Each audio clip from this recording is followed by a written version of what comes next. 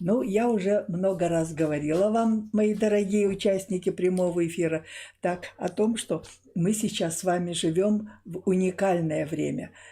Солнечная система совершила квантовый скачок. Квантовый скачок сопровождается следующими изменениями. Атом водорода стал на 4%, это легче. Дальше.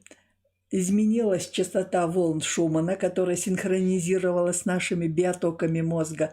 Значит, было 7,6 примерно, сейчас где-то 14 и 16 Герц. Значит, наше сознание из-за этого поменялось. Дальше. Теперь мы уже знаем, что время и пространство – это раздельно существующие вещи. Так? И новое еще понятие, что информация и энергия неразделимы между собой. А мы с вами все время потребляем энергию. Я хочу сказать, не только мы потребляем энергию, все живое, что есть на Земле и вообще в Солнечной системе, потребляет энергию и информацию. Поэтому изменились не только мы, люди, но изменилась и вся живая природа.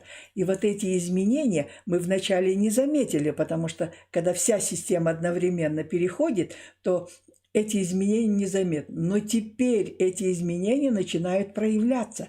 И те законы, которые действовали раньше, уже сейчас не действуют. Поэтому наступила пора хаоса. Что такое хаос? Хаос – это когда старые законы перестают действовать, а новые мы еще не поняли и не прочувствовали. Приведу примеры этого хаоса.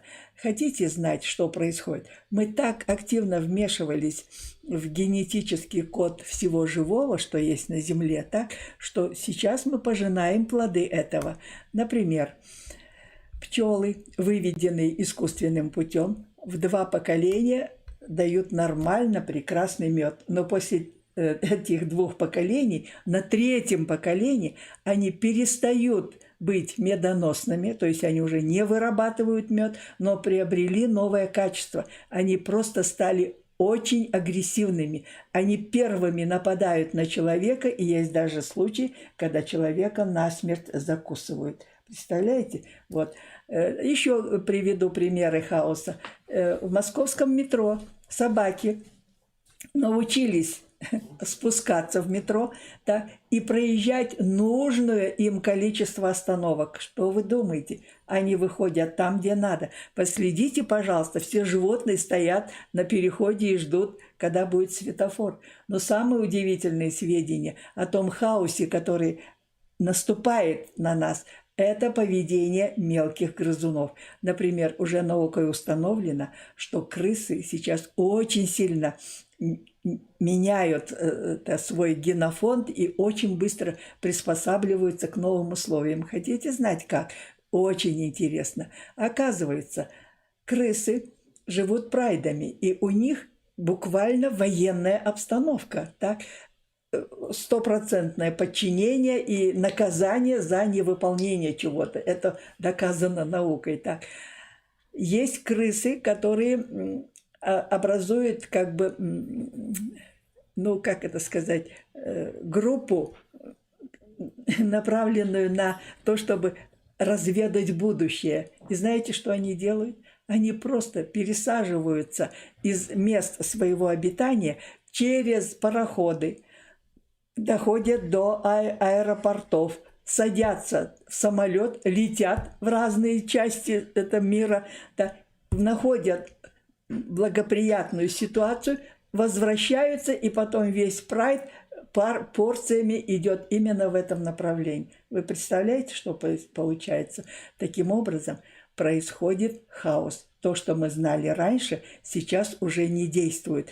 И поэтому я сегодня решила о том, что мы все меняемся, и как мы себя ведем в этой непредсказуемой ситуации, я уже чуть-чуть говорила это.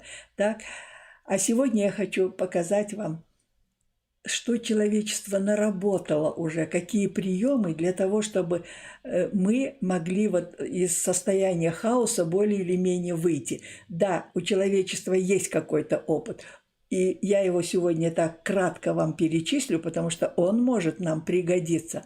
Но самое главное, я хочу сказать, сегодня уже четко определились два главных игрока, которые выведут нас из хаоса квантового перехода, так, и дадут нам новые стандарты жизни, дадут нам новое великолепное будущее. И я хочу прорекламировать свою собственную продукцию. У меня есть 50 научных статей, написанных простым, ясным языком, которые вам пригодятся на все случаи жизни. Пожалуйста, обращайтесь по ссылке внизу. Я рассказала примерно, что такое хаос. Хаос – это состояние, когда прежние установленные закономерности не работают. Вы поняли? Прежние закономерности не работают. Все меняется и очень быстро. Давайте еще скажу. Вот квантовый переход ознаменовался еще и тем, не только атом водорода уменьшил свой вес, время изменилось. Время чуть-чуть ускорилось. Я, наверное, специально подготовлю вам лекцию, вот тоже сделаем прямой эфир, куда бежит время. И я вам расскажу, какие сейчас выкрутасы происходят с понятием время. Но сегодня не будем на это отвлекаться, потому что я должна рассказать о двух главных игроках, которые выведут нас из состояния хаоса. Еще раз повторю, хаос – это состояние, когда прежние закономерности перестают работать, а новые мы еще не понимаем. А кто это поймет и выведет нас из этого состояния? Итак, я перехожу к теме лекции. Когда человек попадает в новые условия, у него очень все быстро меняется. Давайте так посмотрим. Если животное попадает в новые условия, он выживает за счет того, что у него есть шаблоны действий, записанные в ДНК. И он за счет этих шаблонов может выйти из этой ситуации, но не всегда. Иногда эти шаблоны не срабатывают, и тогда животные погибают. Человек, попадая в необычную ситуацию, тоже испытывает дискомфорт. Но давайте сначала я перечислю, в чем заключается этот дискомфорт. Первое. Он теряет веру в себя, он начинает сомневаться в том, что он выдержит это или нет. И вот это самое ужасное и плохое состояние. Но я вас прошу, чтобы вы очень твердо это запомнили. Первое, что главное, когда человек попадает в новые условия, он должен взять под контроль ситуацию, взять под контроль своим интеллектом. Знаете, что предлагают народы, которые прошли такие состояния? Например, при тяжелейших землетрясениях, при наводнениях, иногда при затмении солнца. Я искала, как же ведут себя другие народы в этих ситуациях. И большинство говорит так: или не двигайся, или имей какой-то стереотип, но, повторяю, этот стереотип может не сработать. А один из народов говорит так: найди вокруг себя камешек, возьми его в руки и скажи: помоги мне выйти из ситуации. Вы представляете, вот это состояние неуверенности в себе заставляет искать камешек, то есть включается интеллект, да? И этот камешек он держит в руке, и он взял под контроль свои эмоции. Дальше он уже будет действовать более осознанно. Так, что еще? Ситуация может быть очень даже непредсказуемой. Хорошо, мы знаем, как вести себя, нам передали это предки знания, как вести себя при пожарах, как вести при наводнениях, затмении солнца, землетрясениях. Но сейчас идет совершенно другая ситуация. Ситуация, которая связана с двумя процессами. Первое – это изменение времени. Так, время настолько быстро изменяется, и все перемены идут очень быстро. Не успеешь к одному приспособиться, уже совершенно другое идет. Вот эта скорость перемен – это первое. И второе – запредельная сила сигналов. Значит, видите, два фактора – скорость изменения, да, и запредельная сила этих факторов. Вот эти два и создают условия, когда человек очень сильно теряется. Что наработало человечество в этих случаях? Что делать? Человечество в этих случаях говорит так. Надо человеку, он сам должен, значит, взять под контроль свои эмоции. И самое главное, надо найти тех людей, которые тоже находятся в сходных ситуациях. Это ситуативные группы, как бы, так. Например, вы переехали в новое место всей семьей, так, вы не знаете, как адаптироваться, значит, вам нужно найти таких же людей для того, чтобы вы могли вместе, ну, так сказать, корпоративно что-то сделать. Второе. Обязательно нужен консультант по критическим ситуациям. Кто это такой? Его называют кризисный консультант.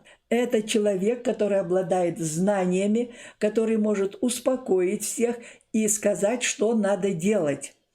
Так, еще что можно делать? Еще можно делать следующее. Есть такое понятие, когда человек переезжает в новое место, он не знает, как ему быстро приспособиться. И тогда говорят так, нужно делать анклавы.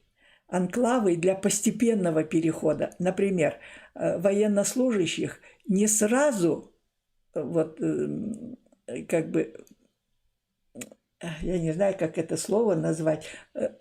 Ладно, возьму другое. Например, студенты.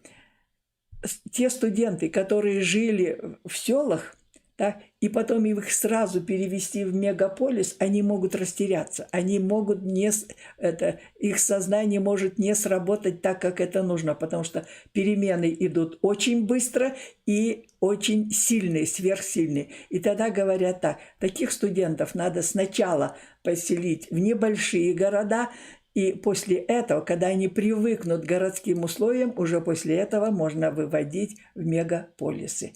Но самое главное, что объединяет всех людей в условиях хаоса, это потеря ориентации. Они не знают, что делать. И вот в этих случаях, когда они не знают, что делать, может наступить состояние, которое будет очень близко, это состояние апатии, состояние перевозбуждения. Я в прошлой лекции, помните, рассказывала вам пределы адаптации. Вот это состояние. Так вот, я хочу сказать, вот люди, которые внезапно попадают в новые условия, они не нуждаются в психиатрах. Это заблуждение. Они нуждаются совершенно в другом. Они нуждаются в том, чтобы кто-то их выслушал, кто-то успокоил их и примерно показал, что надо делать. Так. И самое главное, эти люди страдают от того, мы с вами, вот сейчас переходный период, мы страдаем от того, что мы не знаем картину будущего. Мы не можем представить, какая должна быть жизнь в будущем. Вот это самое главное. Теперь, значит, если это так, значит, мы должны с вами четко знать, так кто же эти игроки, которые выведут нас из этого состояния? Итак, мы с вами все находимся в хаосе. Одни более сильно, другие менее сильно. Так, о том, что мы находимся в хаосе, это говорит тот факт, что у нас увеличилось число одиночек. Это однозначно. И второе, увеличилось число хронических заболеваний. Так, обострение идет. Что делать в этих случаях? Кто нас выведет из этой ситуации? Наука сказала так. 2 игрока есть, которые выведут нас из хаоса. Первый игрок – это наука. Наука дает новые факты, наука дает новые технологии, наука примерно говорит, как можно построить будущее. Только примерно. Так, это первый игрок, это наука. Значит, все люди, которые работают в научной сфере, это первые игроки, которые выведут нас из состояния хаоса. А второй игрок, не менее важный и очень сильный игрок, это наша семья. Итак, я повторяю, 2 игрока, которые выведут нас из хаоса, это наука с ее знаниями, технологиями, ее новыми фактами о будущем. Так. И второе – это семья. Вы можете сказать, при чем тут семья? А я вам скажу вот что. Что делает семья? Современная семья должна обладать новыми качествами.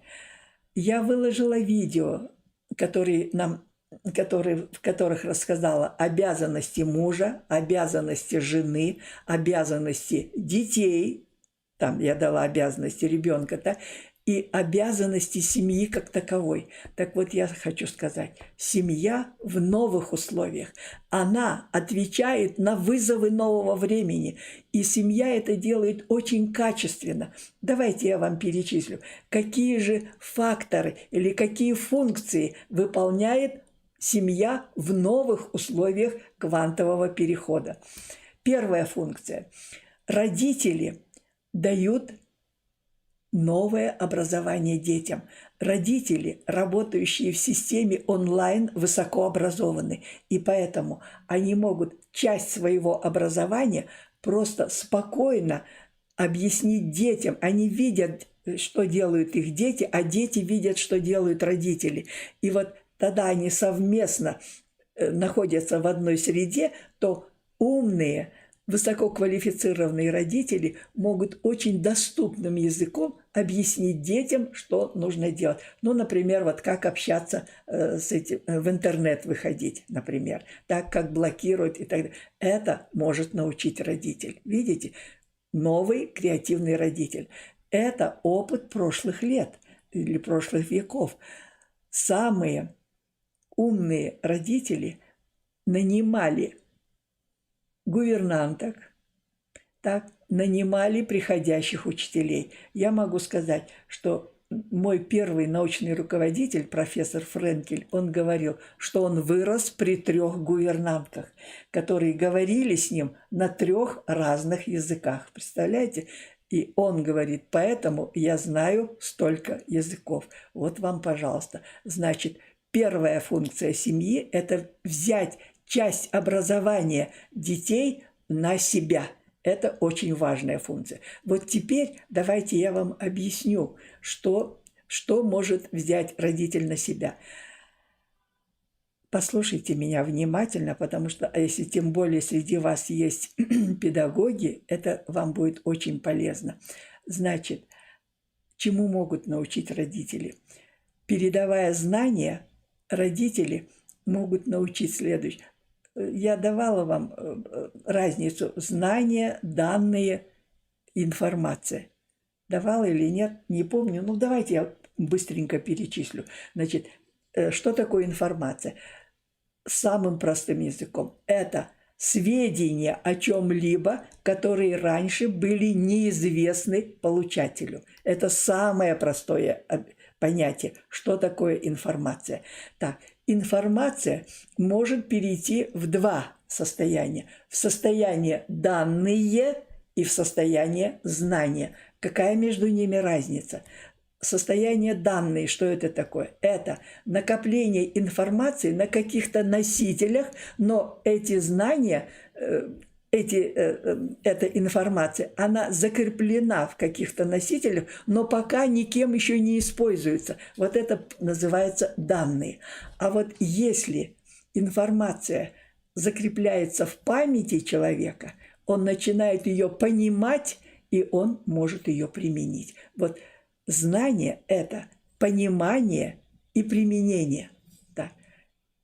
Вы поняли разницу, что такое информация? Не забудьте, что сейчас, в наше время, так, когда так усиленно развивается фундаментальная наука квантового уровня, мы теперь точно знаем, что любая информация связана с энергией. Поэтому, получая новые знания, мы одновременно получаем энергию. Вот как вы думаете, почему вы с таким удовольствием меня слушаете? Дело не в том, что я там добрая или приятно смотреть. Нет. дело совершенно в другом. Я даю вам информацию, которая связана с энергией, и получая эту информацию, понимая эту информацию, вы испытываете прилив энергии, и вы это ощущаете как что-то приятное.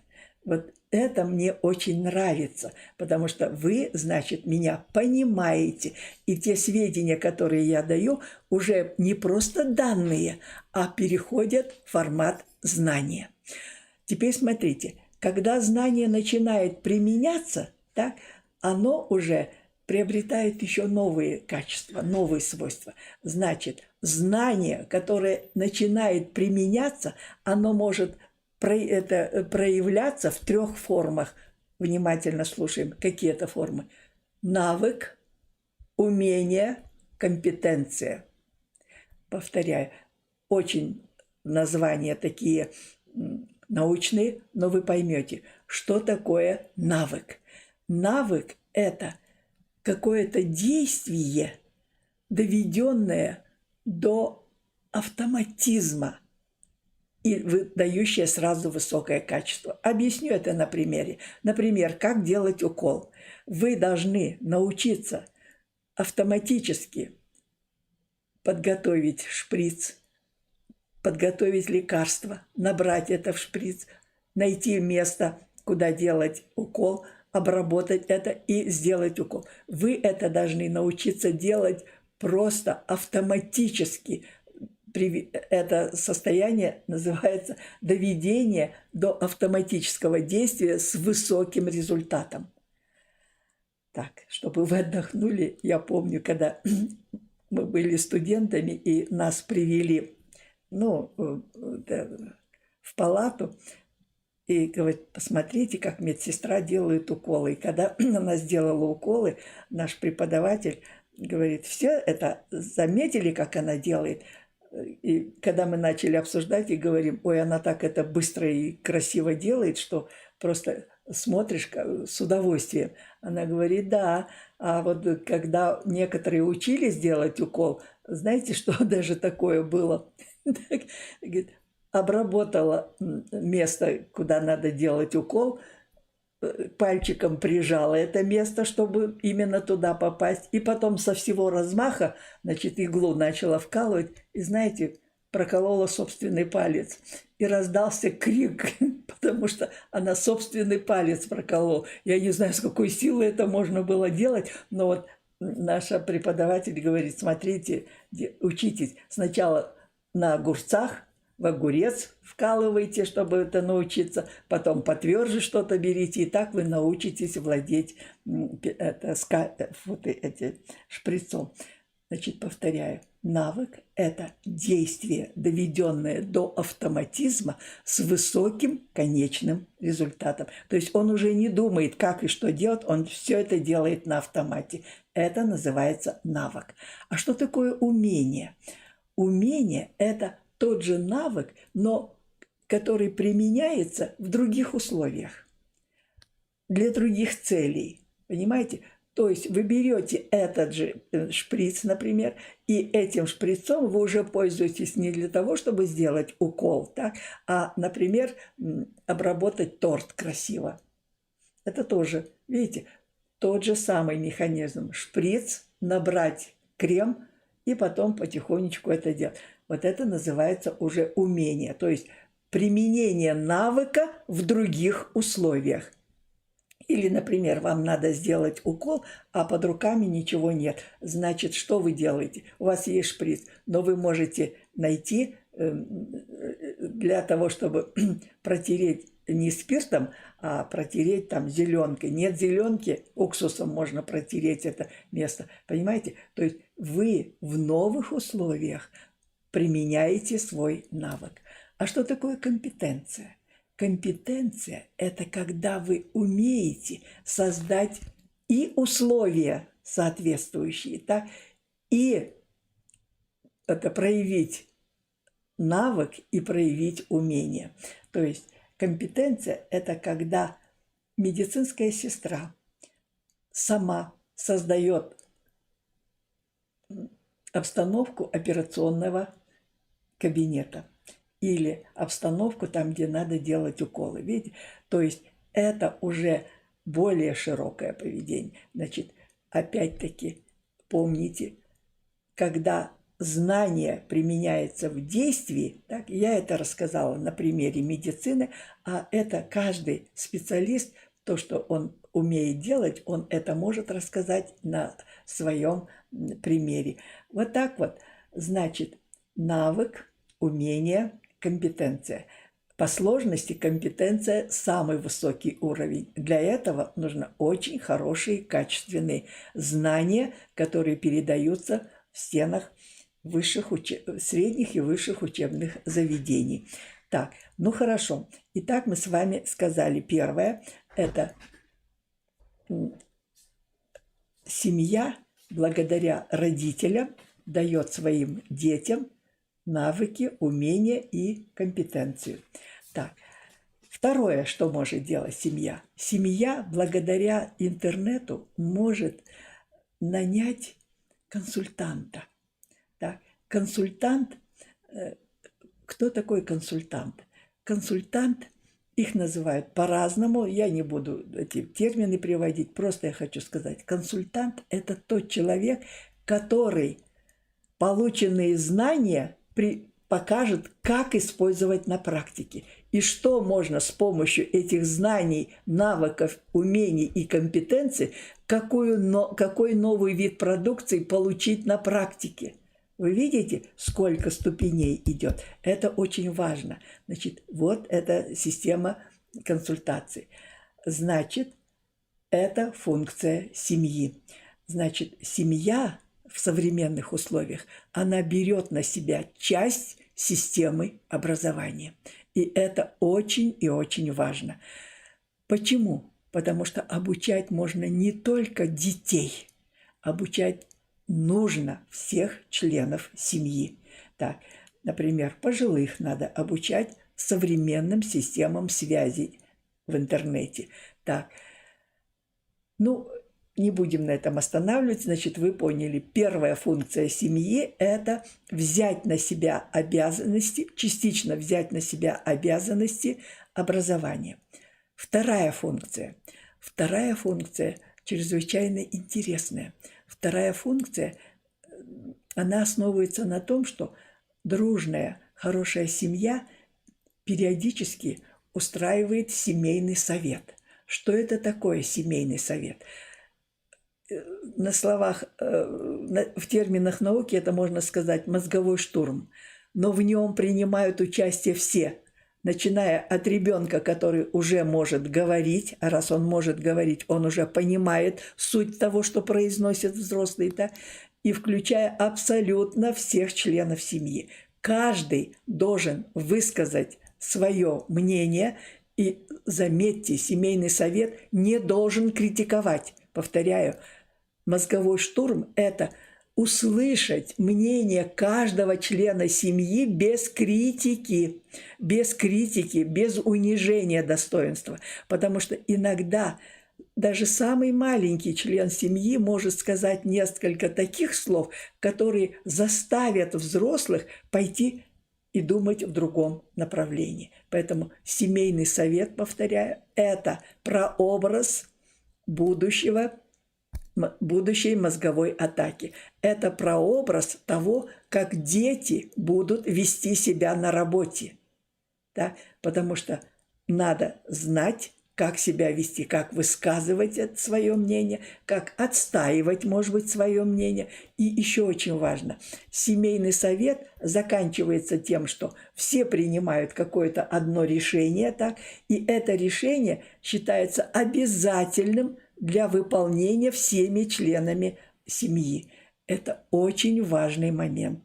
Повторяю еще раз, семейный совет – это прообраз того, как будут себя вести члены семьи на новой работе. Это чрезвычайно важно. Умение высказаться, умение отстоять свое мнение, да, и умение подчиниться и выполнять решению большинства членов семьи. Это чрезвычайно важное новое новая функция. Не новая, она и была раньше, но просто раньше как-то так было, что сказали старшие, то и надо делать. Сейчас ситуация совершенно поменялась. И я хочу сказать так.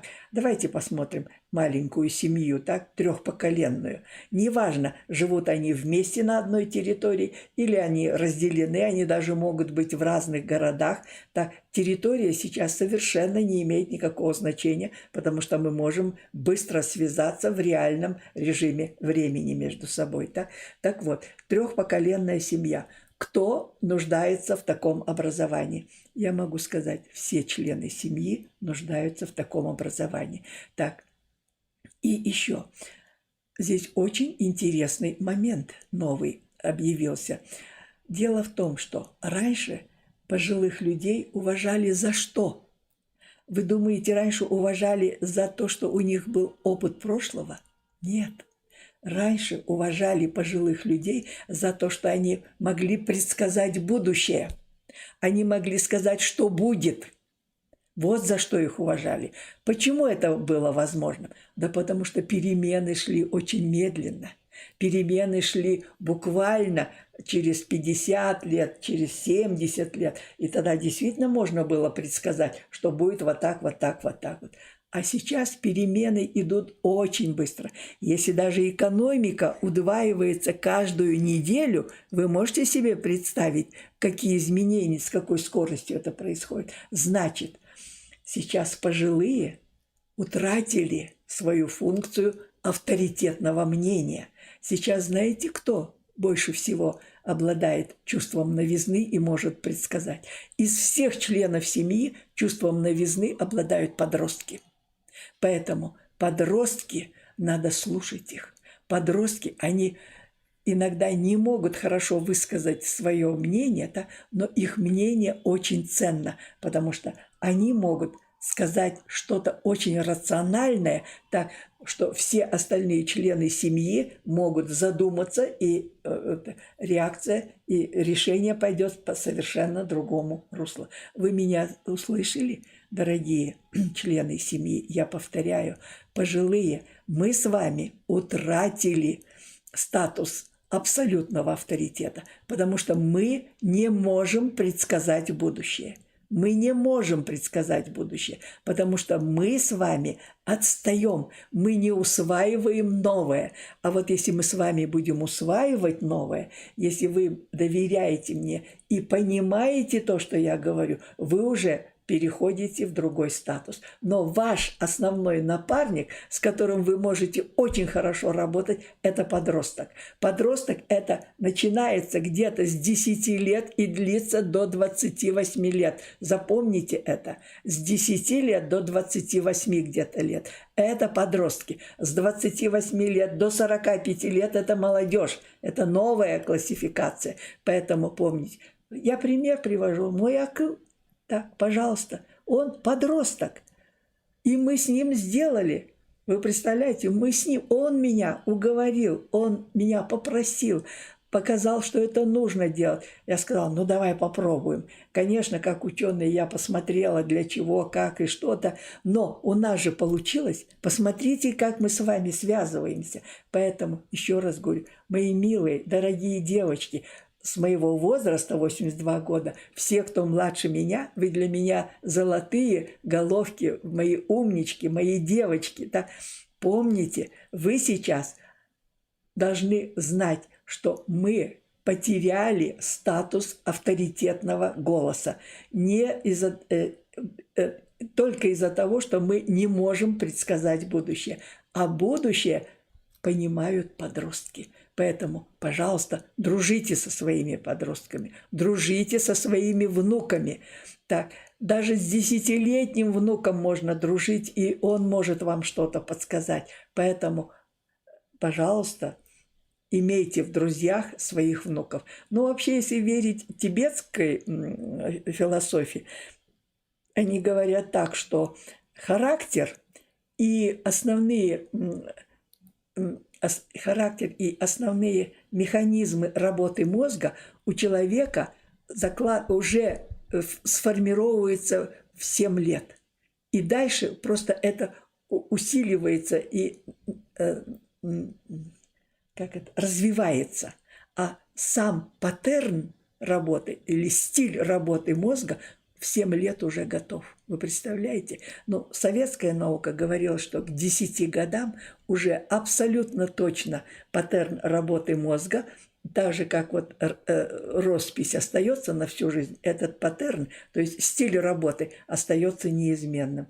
Поэтому, еще раз говорю, начиная где-то с 5-7 лет дружите со своими внуками, слушайте их, вот как я послушала. И благодаря своему внуку Акылу вот мы с вами общаемся, и я могу с радостью и удовольствием передать вам новые знания.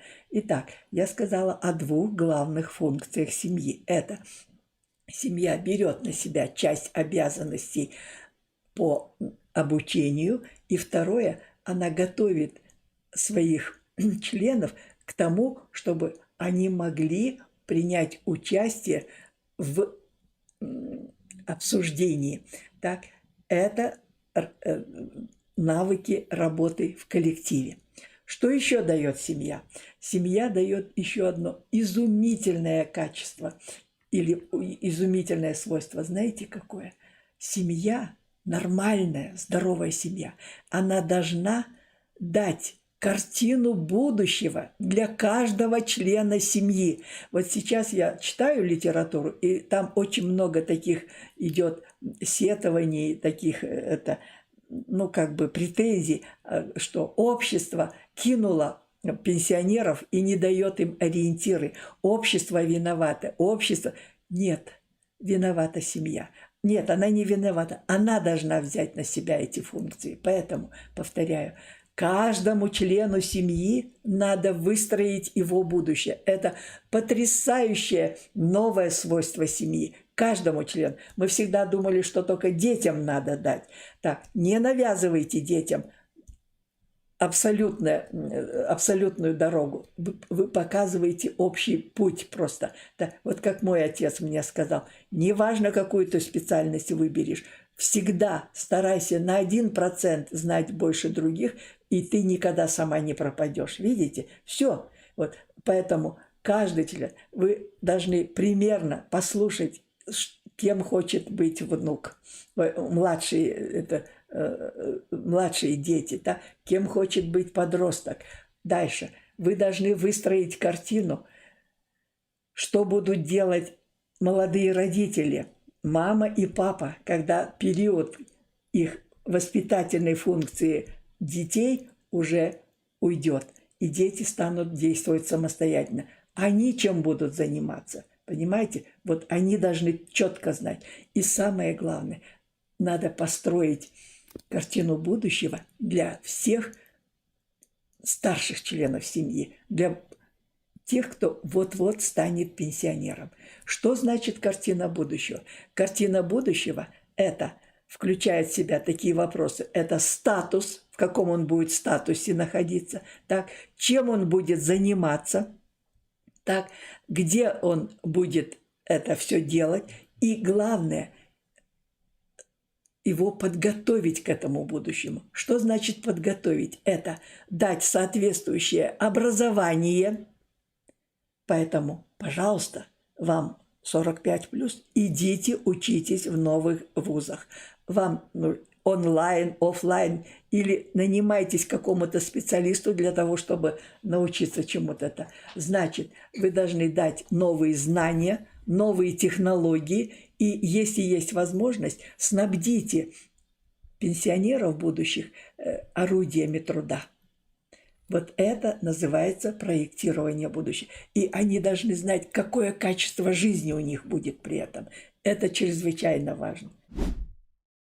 Отличная новость для вас, мои дорогие подписчики. Мы запускаем для вас закрытый телеграм-канал.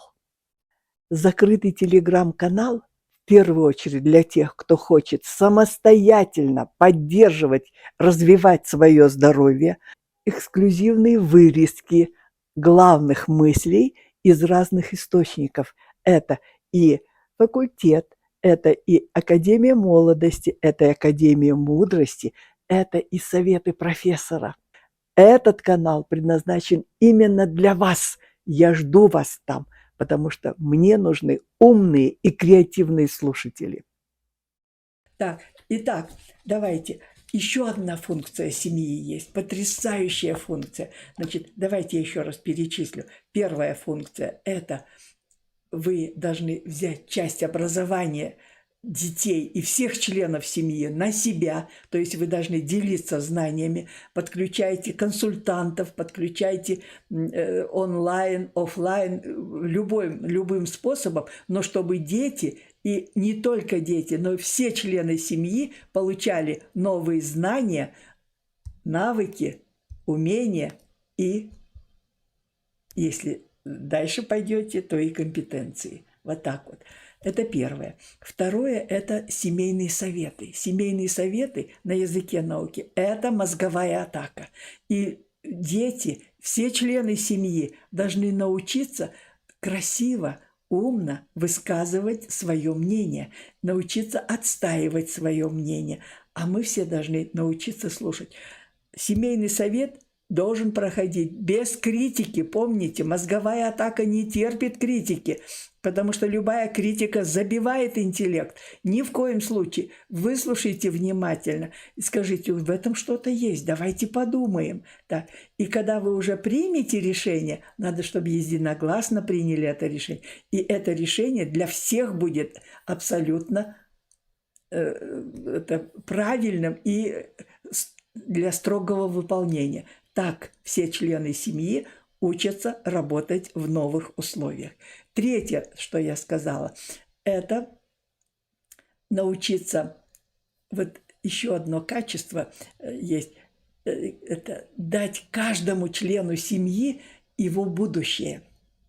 Наверное, я сделаю потом такую лекцию, что ли, как проектировать свое будущее, если вы не возражаете, ладно? Потому что это тоже целая наука. Значит, каждый член семьи, который находит, повторяю, семья может жить на разных территориях, но у вас есть родство, чувство родства и чувство ответственности друг за друга. Поэтому каждый член семьи должен получить свою порцию будущего и снабдить эту порцию будущего образованием, то есть новыми знаниями, новыми технологиями и даже, если есть возможность, инструментами, как это делать. И они должны знать качество своего будущего. Я объясню, я сделаю прямой эфир, что такое качество, потому что мы привыкли употреблять это слово, но истинного смысла мы не понимаем этого слова.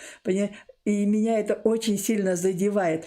Я сделаю прямой эфир, что такое качество. Да. Значит, каждый член семьи должен получить свою порцию, можно сказать, свое будущее, да, и его подкрепить знаниями, навыками, умениями, компетенциями, да, средствами изготовления чего-то, да, и еще он должен знать качество своей жизни в будущем. Это одна из функций современной семьи, потому что семья очень сильный игрок в состоянии хаоса. Ну и еще скажу одну функцию семьи для того, чтобы на этом мы закончим. Но это не конец. Я потом, когда у нас сегодня четверг, да? Значит, в субботу я продолжу эту тему. Еще одна функция, новая функция семьи, слушайте меня внимательно. Вы все прекрасно знаете, что такое ритуал. Ритуал – это совокупность действий, которые имеют определенное назначение. Например, ритуал свадьбы, ритуал именин, ритуал чествования, ритуал похорон и так далее. Да? Оно имеет свою структуру, оно имеет свое назначение. Так, для чего нужны эти ритуалы? Эти ритуалы как бы упорядочивают жизнь людей. Неважно, это маленькое сообщество, как семья, у нее тоже свои ритуалы есть. И эти ритуалы упорядочивают взаимоотношения внутри семьи. Так вот, я хочу сказать, в новых условиях мы должны создавать новые ритуалы. Уже есть опыт. Например, в некоторых городах, ну, я это прочитала в Америке, так идет такое. Весна начинается с того, что открывается сезон баскетбола. Я не помню какой, но, в общем, какой-то вид спорта. Начался в этот день, значит, все знают, что пришла весна. Видите как? Значит, вот это. Надо создавать новые ритуалы. И здесь важно вот что. Семья создает новый стиль жизни в новых условиях. И поэтому мы должны с вами создавать новые ритуалы. Так, а для того, чтобы не терять связь с прошлым, мы должны сделать баланс старых и новых ритуалов.